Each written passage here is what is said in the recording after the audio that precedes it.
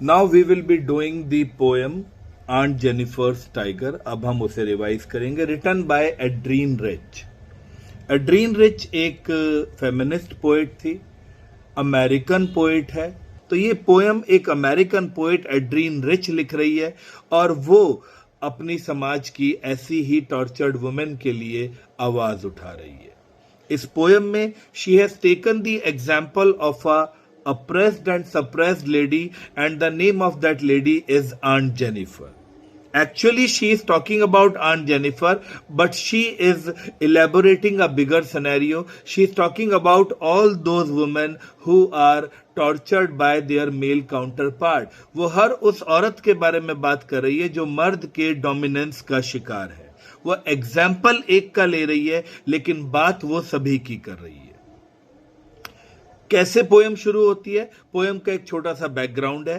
Poem में aunt Jennifer बैठकर embroidery कर रही है टेपेस्ट्री पर। टेपेस्ट्री क्या होता है? गोल लकड़ी का फ्रेम, उस लकड़ी में कपड़ा फंसाकर उस कपड़े में एम्ब्रॉयडरी करी जाती है, तो उस फ्रेम को टेपेस्ट्री कहते हैं। वो उस टेपेस्ट्री पर एम्ब्रॉयडरी कर रही है और एम्ब्रॉयडरी में वो क्या बना रही है? पीछे बैकग्राउंड में उसने जंगल बनाया है, ग्रीन जंगल। फ्रंट में एक बड़ा सा पेड़, पेड़ के नीचे कुछ आदमी, और बाकी ओपन स्पेस में उसने प्रैंस करते हुए, कूदते हुए, मस्ती करते हुए टाइगर बनाए। और अब यहां से पोएम चालू होती है। Aunt Jennifer's tigers prance across a screen.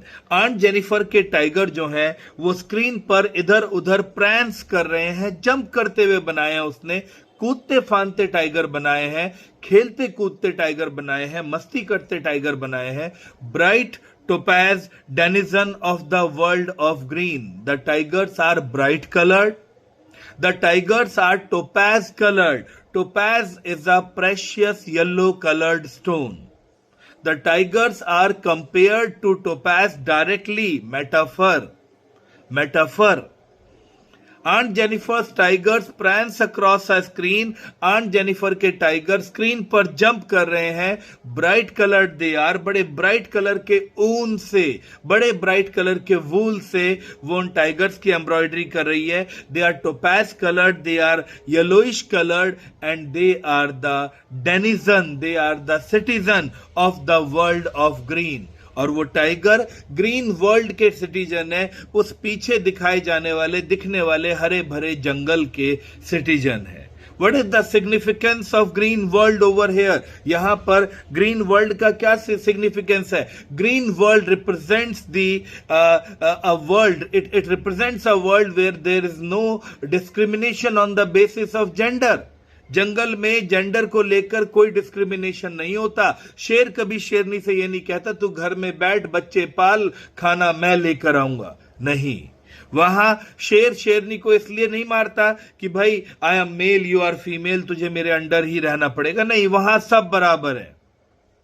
वहां कोई डिस्क्रिमिनेशन नहीं है, वहां कोई प्रेजुडाइसेस नहीं है, वहां कोई किसी पर जेंडर के बेस पर कोई किसी को डिस्क्रिमिनेट नहीं करता। That is the significance of the green world. So they are the bright topaz denizen of the world of green. They do not fear the man beneath the tree. और tigers को देखो, वो इतने fearless हैं, वो इतने brave हैं, वो इतने कॉन्फिडेंट हैं कि वहीं उन्हें पेड़ के नीचे कुछ आदमी दिखाई दे रहे हैं।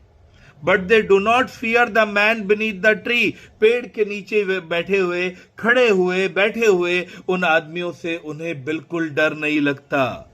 They are fearless. They are brave. They pace in sleek, chivalric certainty. When they are pacing, when they are moving, जब वो चल रहे हैं, जब वो मूव कर रहे हैं, उनकी चाल में स्विफ्टनेस है, स्लीकनेस है, उनकी चाल में शिवलरी है, ब्रेवरी है, उनकी चाल में कॉन्फिडेंस है, सर्टेनिटी है। उनकी चाल में सर्टेनिटी है, कॉन्फिडेंस है, शिवलरी है, ब्रेवरी है। शिवलरी का एक और मीनिंग होता है रिस्पेक्ट फॉर वुमेन। उनकी चाल में औरतों के लिए रिस्पेक्ट भी है। टाइगर अपनी फीमेल्स को लेकर बड़े पॉजेसिव होते हैं, बड़े उनके लिए मरने मारने को तैयार होते हैं। They are very respectful towards their female. Aunt Jennifer is drawing these tigers because she wants to be brave like tigers. She wants to be confident like tigers. She wants to be authoritative like tigers. She wants to be chivalric like tigers. That's why she is drawing animals which are so different from her own personality. यही वजह है कि वो ऐसे animal बना रही है जो उसकी खुद की पर्सनैलिटी से इतने अलग हैं. Aunt Jennifer's fingers fluttering through her wool. अब वो ऊन के धागे से एम्ब्रॉयडरी कर रही है. आइवरी की निडल, हाथी दांत की बनी हुई, उसने सुई ली हुई है. अब वो ऊन के धागे खींच रही है, लेकिन जब वो धागे को खींच रही है ना, हर फिंगर्स फ्लटरिंग थ्रू हर वूल, उसकी उंगलियां कांप रही हैं, फ्लटर कर रही हैं. She finds even the ivory needle hard to pull. उससे तो एक आइवरी की हाथी दांत की बनी हुई पतली सी निडल भी उसे खींची नहीं जा रही है. डर के मारे उसकी उंगली कांप रही है. डरी हुई है कि कहीं मेरा पति मुझे इमेजिन करता हुआ ना देख ले, फ्रीडम के बारे में सोचता हुआ ना देख ले, वो मुझे टॉर्चर करेगा, मारेगा. वो डर रही है, उसकी उंगलियां कांप रही हैं, fingers fluttering. She finds even the ivory needle hard to pull. हाथी दांत की बनी हुई हल्की सी सुई को खींचना भी उसे मुश्किल पड़ रहा है, भारी पड़ रहा है. पहली बात, फिंगर्स फ्लटरिंग, FF. जब एक अल्फाबेट, एक कॉन्सोनेंट रिपीट होता है, FF, ठीक है, दैट इज कॉल्ड एलिट्रेशन. जब पूरा वर्ड रिपीट होता है, दैट इज कॉल्ड रिपीटिशन. जब वॉवल रिपीट होता है, दैट इज कॉल्ड एसोनेंस. और जब दो लाइनों की शुरुआत सेम होती है, दैट इज कॉल्ड एनाफोरा. यहां पर फिंगर्स फ्लटरिंग, उंगलियां कांप रही हैं, FF, दैट इज एलिट्रेशन. और उसे डर लग रहा है और उससे एक आइवरी की निडल भी नहीं खींच रही. क्या कोई इंसान फिजिकली इतना वीक हो सकता है कि उससे एक हाथी दांत की बनी हुई सुई कपड़े से ना निकल सके? No, not at all. So ये किस तरह की वीकनेस है? ये फिजिकल वीकनेस नहीं है, ये मेंटल वीकनेस है. This lady is so mentally oppressed कि उसे इमेजिन करने में भी डर लग रहा है. वो डर रही है. And the massive weight of uncle's wedding band. एक अंगूठी कितने ग्राम की होती है यार? 10 ग्राम, 20 ग्राम, 1 तोला, 2 तोला, बस ज्यादा से ज्यादा इतनी. फिर फिंगर की वेडिंग बैंड, शादी की इस अंगूठी को के लिए वर्ड यूज किया गया, मैसिव वेट. एग्जेजरेट किया जा रहा है. और जब किसी चीज को एग्जेजरेट करते हैं, फिगर ऑफ स्पीच होती है हाइपरबोले. हाइपरबोले, हाई पर चढ़कर बोलना. यहां पर आंट जेनिफर की फिंगर में पड़ी हुई उस वेडिंग रिंग के लिए वर्ड यूज किया गया है, उसका मैसिव वेट, भारी वजन, एक्सेजरेट किया जा रहा है. It sits upon Aunt Jennifer's hand. वो वेट आंट जेनिफर के हाथों पर जमकर बैठा है, बैठा हुआ है. आंट जेनिफर को फ्रीली हैंड मूव करने नहीं दे रहा है.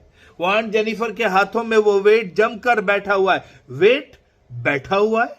बैठना तो ह्यूमन ट्रेट है, बैठना तो लिविंग क्रिएचर्स का ट्रेट है, ह्यूमन ट्रेट है. एक ह्यूमन ट्रेट को वेट पर अप्लाई कर दिया गया है. जब ह्यूमन ट्रेट को नॉन ह्यूमन चीजों पर अप्लाई कर दें, फिगर ऑफ स्पीच होती है पर्सोनिफिकेशन. और वो वेट आंट जेनिफर के हाथों पर जमकर बैठा है, आंट जेनिफर को फ्रीली मूव करने नहीं दे रहा है.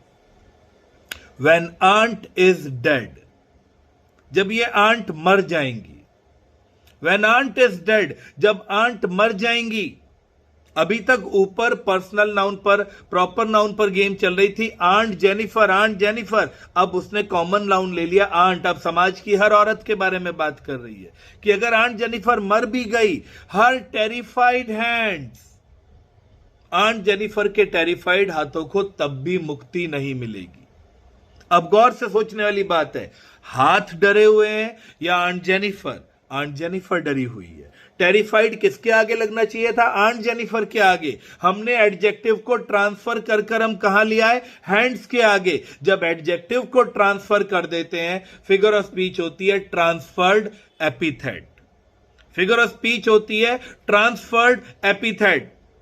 मोरोवर हाथों को टेरिफाइड दिखाया जा रहा है, हाथों को टेरिफाइड दिखाकर पूरी पूरी आंट जेनिफर को टेरिफाइड दिखाया जा रहा है। हाथ टेरिफाइड का मतलब आंट जेनिफर टेरिफाइड है, आंट जेनिफर डरी हुई है। हाथों के डरे होने से हमें आंट जेनिफर का, तो जब एक पार्ट दिखाकर पूरी बॉडी को रिप्रेजेंट कर दिया जाए तो एक और फिगर स्पीच होती है सिनेक्डकी, SYNEC, सिनेक डकी, DOCHE, SYNECDOCHE, सिनेक्डकी। सिनेक्डकी जब एक बॉडी पार्ट से आप पूरी बॉडी को रिप्रेजेंट कर दो। Yesterday I purchased new wheels, तो कल मैं पहिए खरीद के नहीं लाया, I purchased a new car. Wheel से मैं कार को रिप्रेजेंट कर रहा हूं, synecdoche. I have many helping hands at my home, मेरे घर में बहुत सारे हेल्पिंग हैंड्स हैं। तो भाई मैंने हाथों के जोड़े नहीं रखे हुए हैं घर में। हेल्पिंग हैंड्स का मतलब मेरे घर में बहुत सारे लोग हैं जो मेरी मदद कर सकते हैं। हाथ रिप्रेजेंट कर रहे हैं लोगों को, सिनेक्डकी। यहां पर भी आंट जेनिफर के टेरिफाइड हैंड्स आंट जेनिफर को रिप्रेजेंट कर रहे हैं। When aunt will die, जब आंट मर जाएगी, मरने के बाद भी आंट जेनिफर के जो टेरिफाइड हैंड्स हैं, जो टॉर्चर्ड हैंड्स हैं, जो सप्रेस्ड हैंड्स हैं, जो अप्रेस्ड हैंड्स हैं, उन्हें फ्रीडम नहीं मिलेगी। They will still lie ringed. They will still lie ringed with the ordeal, ORDEAL, difficult test, extremely difficult test. Ordeals she was mastered by. मरने के बाद भी आंट जेनिफर उन डिफिकल्ट टेस्ट, उन मुश्किलों से घिरी रहेगी जो पूरी जिंदगी आंट जेनिफर की लाइफ को मास्टर करते रहे, कंट्रोल करते रहे। सर ये क्या बात कर दी आपने?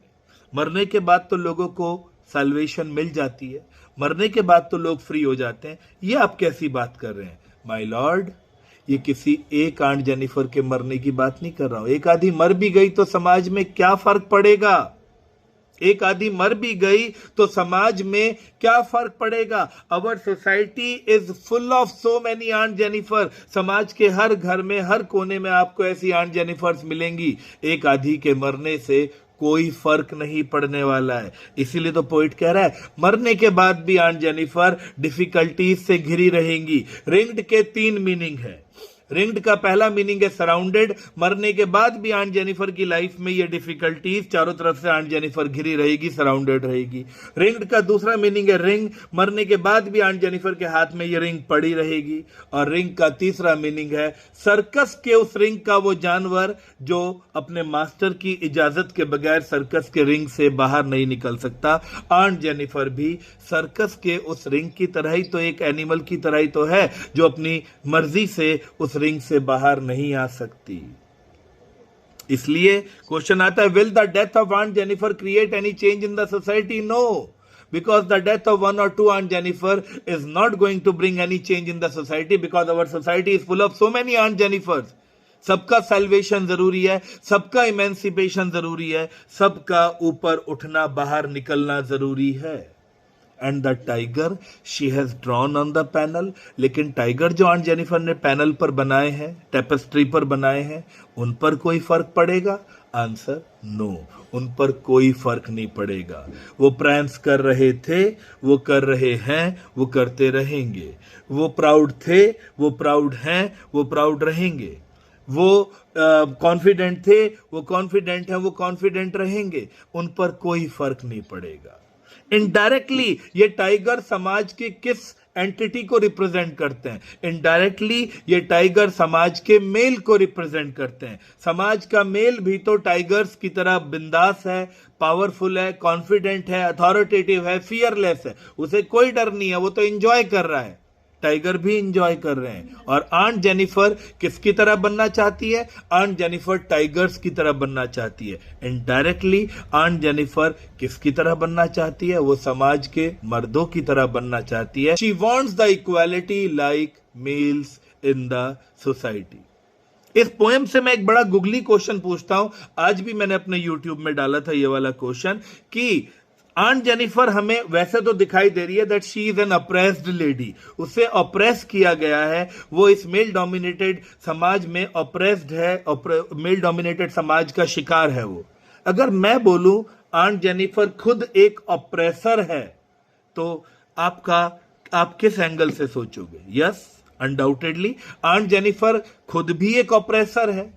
गुनाह करने वाला, जुर्म करने वाला जितना बड़ा गुनहगार होता है, जुर्म सहने वाला उससे भी बड़ा गुनहगार होता है। आंट जेनिफर ऑपरेशन को सह रही है, आंट जेनिफर ऑपरेशन को झेल रही है और कुछ नहीं कर रही है, आवाज नहीं उठा रही है, बोल नहीं रही है, डर रही है, चुपचाप बैठकर एम्ब्रॉयडरी कर रही है, अपने इमोशंस, अपनी फीलिंग्स, हर चीज दबाकर बैठी हुई है। तो वो भी तो डायरेक्टली और इनडायरेक्टली एक ऑपरेसर ही हुई।